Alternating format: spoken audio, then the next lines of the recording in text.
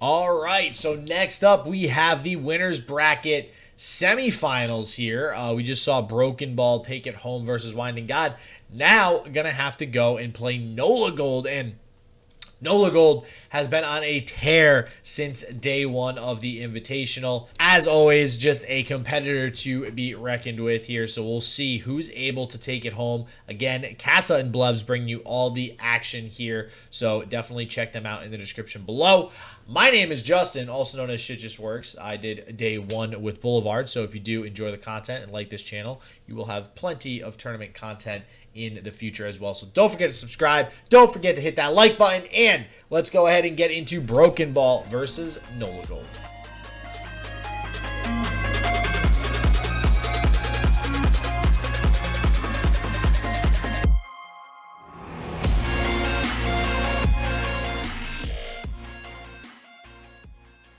Look, I am all in on the Broken Ball bandwagon as well as far as for this tournament as a whole. Yeah. I would not be surprised to see him win. He's been drawing like crazy. He's been playing exceptionally for a very long time throughout this event.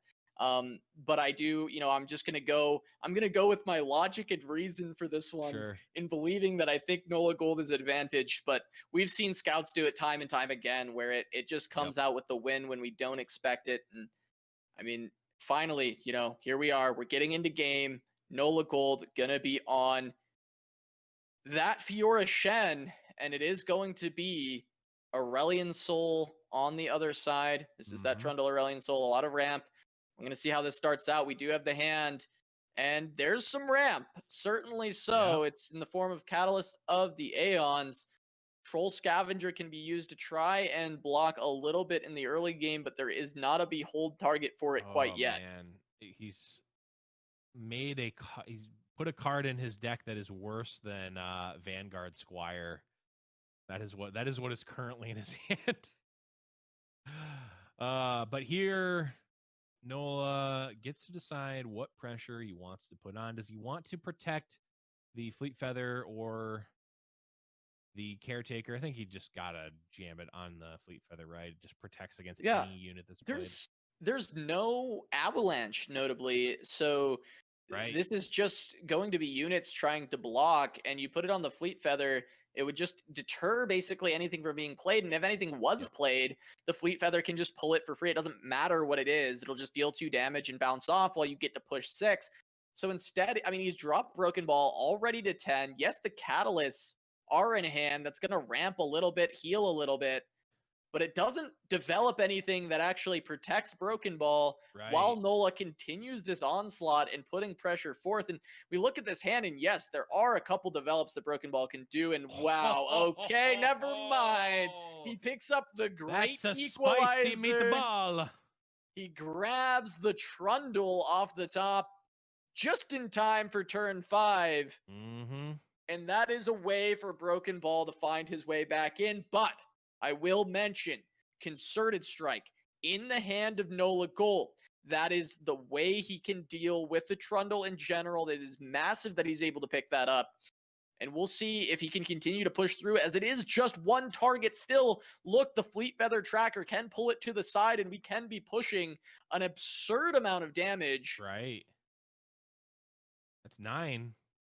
It's more. It's 11 because of the barrier. Right. Because, yes, that's true. He even has another barrier. He could threaten lethal. Now, of course, there is plenty of healing in this deck, and throwing down a Spirit's Refuge just to try and threaten the lethal in that way does not make a lot of logical sense going into this deck list. But the fact that it's there, the fact that he has that much damage available is so insane right now. He's putting on the pressure, and we talked about how if Nola can find the win before Scouts, we think he's very advantaged. And he's already putting so much pressure onto Broken Ball. He has him down to 2. And even though there is a lot of healing in hand, we see this Concerted able to answer the Trundle and continue this massive board pressure that is not able to be responded to by Broken Ball. Yeah, and the thing about Trundle is like, who cares? Like, does it even matter? Is Trundle even relevant here? It's just the body is all that matters right now for Nola. And You mentioned there's no avalanche. There's really no removal in this deck at all. It is just ramp and draw spells. Yes, there's Pale Cascades, which is like kind of pseudo removal, but there's really no hard counters to the Concerted Strike. Even the one of Hush would not save Broken Ball here, so Concerted Strike is just free. Nola is in an absolutely great spot. Like Broken Ball's deck here is very much good, probably in the control or even the more mid-range matchup, but Nola just has a lightning fast draw and a very aggressive draw here from his Shen Fiora deck. Yeah, and Troll Scavenger finally gets to behold. It may have the Oh, there we opportunity go. to come in and try and take down this Greenglade Caretaker, that it has the vulnerable from the Ice Pillar, but that is just a trade that could go down. It's not going to be guaranteed that he gets the removal, but the Sisters is the big X factor here for Broken Ball right now. He's able to find that from the Solari Priestess. It's got the lifesteal. It's going to be 2 bodies to set up the blocks, and that's the big pickup overall. That is exactly what he needed, but Nola once again has Concerted Strike on deck, the ability to try and deal with the lifesteal if he wants to. Likely going to lose his Caretaker on this turn if he goes for that Concerted at the start. He could try and just defend that unit and set up for a better attack on the next turn with the Genevieve, and setting up to allow Genevieve plus Spirit's Refuge on this attacking turn, and the pass from Broken Ball to Patience to make sure that he doesn't allow Nola to utilize any spells with that extra 5 mana. Yeah, that I like that from Broken Ball. There's not really much of a way to punch wide board here. Of course, Genevieve is going to help, but there's not like a good way to clear a bunch of units and then get through. If the board is just 1-for-1, line them up. Broken Ball at least is pretty safe. Yeah, he's surviving if he can put a body on every one of Nola's units. Now, if he's losing all of his units, then he's probably still not going to win the game. Right. But, you know, he's got this Aurelion Soul that he's going to potentially be ramping into. The Weirding Stones have gone down already. Face of the Old Ones is likely not going to survive this turn either. Right. So he probably won't be able to play Aurelion Soul straight away. And plus, I don't know if he really wants to.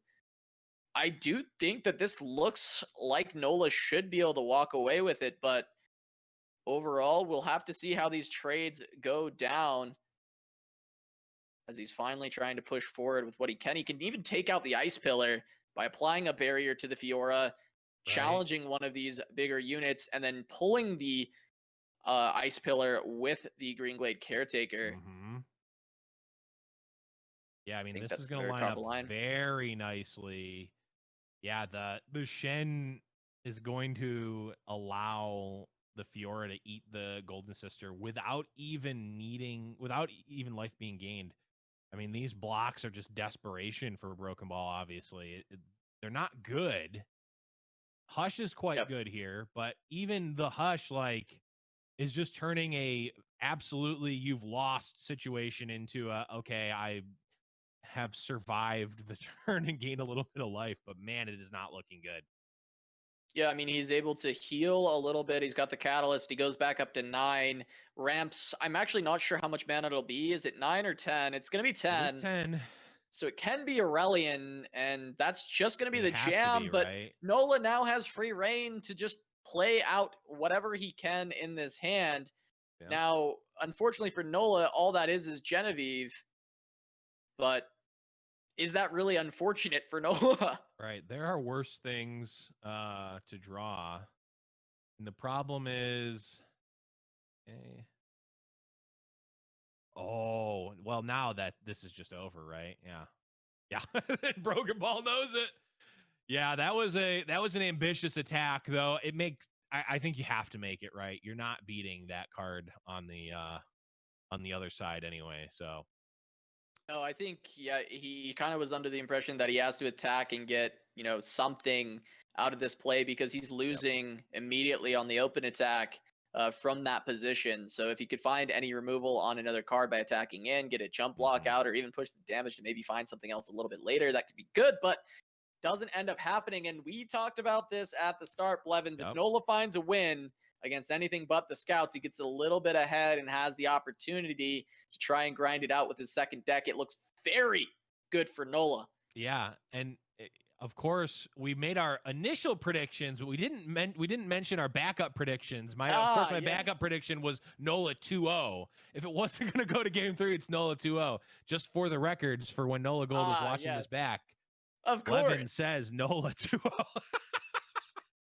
Blevins he's not going to watch the commentary in the middle. He's only going to watch now.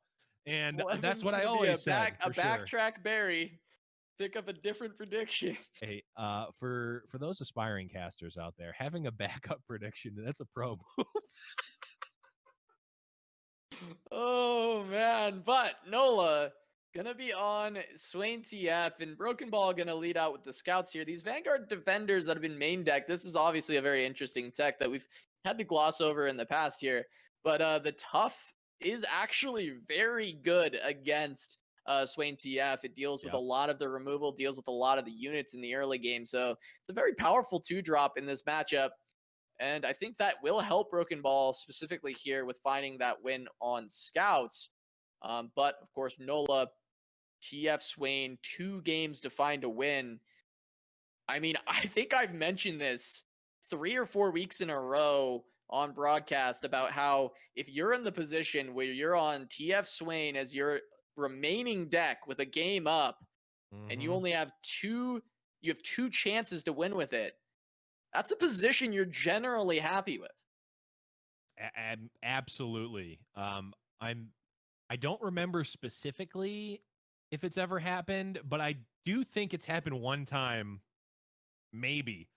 It's a really soft maybe. As to if we've ever seen it happen. But you know, Nola, of course, going to be feeling very good about his chances going here. But I mean, Brokenball, like you mentioned, the Tough is quite good against a lot of what Nola's deck is doing. Nola, of course, though, has a pretty aggressive hand here. Yeah, let's not gloss over how insane Brokenball's hand is, though. I mean, he's got a great 4 into 5 into 6 into rally setup here. It's really crazy what he can do, and we'll see how he decides to curve it out. I was thinking, double 2-drop seems rather likely. I wonder, even he could just bank the spell mana for the rally now and try and save. Yeah, that's what he's going to do. Try and save a better turn to actually utilize the barrier from the protector. And yeah, Bannerman onto the Tough units. 3/3 Tough. The effective HP is so insane on these cards now, because what TF comes down with a red card deals 1 to them. I mean, that's still good. That's still the best line for Nola, but I mean, Tough is such a strong keyword against this deck. Yeah, it is quite good indeed. But Casa, the problem is, like, it's good against the spells, but the spells in conjunction with the units are still going to be able to deal with this, and actually just stonewalls the attack entirely here of Brokenball. Like you mentioned, though, Brokenball kind of has a I don't really care what my opponent is doing type of hand with rallies and misfortunes and Cythrias, both flavors of Cythria. I don't know how much Brokenball is going to care here. In a good way for him, but also in the sense that he doesn't even really have interaction, so it's not like he could care if he wanted to. Yeah, of course. I mean, it's just a matter of, do I open with the things that are going to trade? Do I save them for blockers? Do I go for Zap, find another spell? Am I just trying to set up my Swain? He's very close to leveling. You could even level him on this turn, play Swain plus Death's Hand, and that'll get him there. So there's options for Nola, and I don't envy the decision-making line that has to happen on this turn. I think it's very difficult. But he does go for the open attack, trying to find better trades in case there was something like second Bannerman, which would be devastating, and still would be rather devastating for Nola if it came out. But of course, instead, we're going to see the Cythria of Cloudfield just to slow play whatever Nola might want to do here. We might see Little Sith into the Big Sith next turn with the attack and the rally. This next turn from Broken Ball is terrifying. And Nola doesn't quite know the situation he's in yet, but he needs to find some answers and fast, because this is going to be a nightmare scenario that he is going into. And we see Broken Ball setting up all the pieces. We might even see something like the Protector come out on this turn to just go as wide as possible with the fearsome units from the Sithria the Bold. And it's ramping up for a very dangerous spot. And yes, we see it come down. I'd almost like to see the Death's Hand come out immediately once we see the Sithria hit the board, and I think we likely will. I was actually kind of wondering if Nola was going to lean towards it last turn, but it makes sense. If the Sithria comes out, he's going to have an opportunity to do it anyhow. Sithria actually, at least Broken Ball, considering if he even wants to develop Sithria, I mean, there are development punishes for sure, but here it's just going to be a pretty standard Death's Hand, only going for one, interestingly. Not completely culling the field, just going to get the Swain level up, remove the bigger threat. Yep, this makes sense. He can block Sithria with Swain and then finish it off with Death's Hand if he wants. Also level up. I don't. Oh, right. That's kind of what that character does, doesn't it? Leveled up Swain is an even nuttier card than you ever imagined. No matter how many times you've seen it played, it always does more than you're thinking. Yeah, Casa, I'm all of a sudden I'm not thinking very good things about Broken Ball's chances. Oh no, he's doomed. He is in a very rough spot. There's a Death's Hand left. So Sithria is getting stunned. He can remove another unit.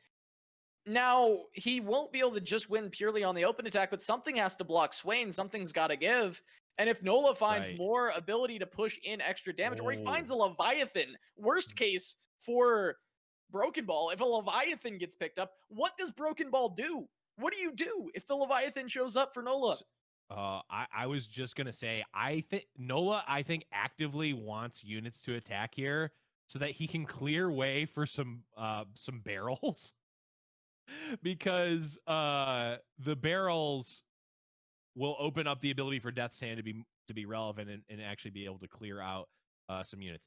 As it stands, though, Casa, we talked about Swain being so good. This Twisted Fates pick a card is threatening to level up the Twisted Fate next turn.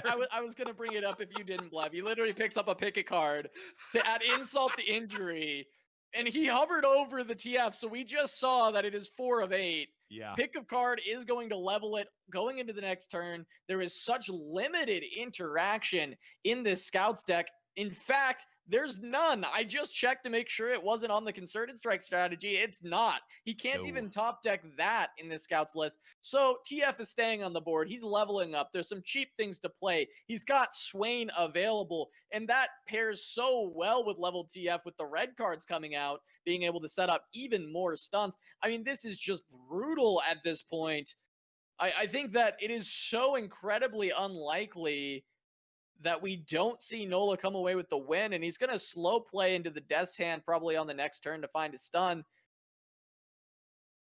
I don't know. This is very, very tough. Maybe, is that going to be an attempt at double Make It Rain to try and snipe the Twisted Fate? I think it has to be. Well, it has to be in terms of those are the only 2 cards he could hover right now. He, I think, should have played them one at a time, because if the first one doesn't hit the Twisted Fate, you don't really want to play the second one. Well, the first one did hit the Twisted Fate, but it missed on the second go round. Right. Okay. This threatens to kill an already leveled up Twisted Fate, or what will be an already leveled up Twisted Fate. Okay, so Rally is a play here. Right. That's true. Rally is the play here. We could see that come out, but no. He's going to let the TF level. And Leviathan's picked up. Wow. Twisted Fate level up. I love this animation. You know, we don't So get to good. see it nearly enough. This one's a good one. I never see it in my games because I will just snap concede when my opponent gets a leveled up Twisted Fate. All right, so the pull does not go onto the TF. Well, okay, now it does. It's taking his time. I couldn't imagine it not going there, but is that like a yeah. bait technique where you're just like, I don't know, I want to psych out my opponent? So how much damage is getting pushed here? We've got two fearsome blockers on the side of Nolagold. One of them being Swain, one the petty officer. So 8. You can just chump the Cythria with the 1/1. Yep. Then of course we know that there's the rally. And then 9 from the misfortune explosion as well. Now I'm curious, does Nola try to go for the red card as well? Because I'm sure, I mean, he has to develop Leviathan. So he's not going to get to gold card on this turn. But Flock is very solid onto one of these 4/3 toughs. I really like the Flock. This is really going to be an interesting. Okay, so this will be blue card. Yeah, right? Flock and then you grab the red card. Yeah, you want the red card. You actually want the red card not in combat because it's gonna get a Swain proc. Well, he doesn't have the luxury of that though, unfortunately, because the TF is going to die to this challenger. Oh, so he just has to get the cards that he can now. True. But this should be enough to essentially seal the deal. He gets to play Leviathan. Swain is still alive. We do see the rally available for Brokenball, but enough things are being removed that even when the rally comes down, I don't think that he's going to be able to avoid losing the game here. There is going to be a way to remove the Swain, but Leviathan will still be on the board, and you just follow up with the Swain again on the following turn and lock down Broken for the rest of the game. This is essentially just checkmate from here on out. You've got the Leviathan. There's not really a good response for Broken Ball. Yeah, I mean, he's got about as good of a response as you can get, but it just doesn't matter, right? I think, and I don't even know if he wants to attack, because yes, he can kill the Swain. I guess he would just the rally would literally just be to kill the Swain. So it would be right, and I did forget for a second there, even though I mentioned that you get to draw the Swain with the Leviathan. This does also mean that you will have the ability to Ravenous Flock another one of these units. And of course, that means Broken Ball recognizes this and he has to put the barrier onto the Laurent Protégé. We're going to see the rally come through to try and kill the Swain. This is interesting if Nola actually utilizes this because he's losing Swain, but I guess he just is like, okay, well, my Leviathan wins in 3 turns, or 2, in fact, because of the fact that Zap Sprayfin is on the board. Yeah. So I guess Nola is just not concerned with having a Swain in hand whatsoever. It doesn't matter. He has the Leviathan, and that will be able to just seal the deal on its own. Yeah, Leviathan is going to put.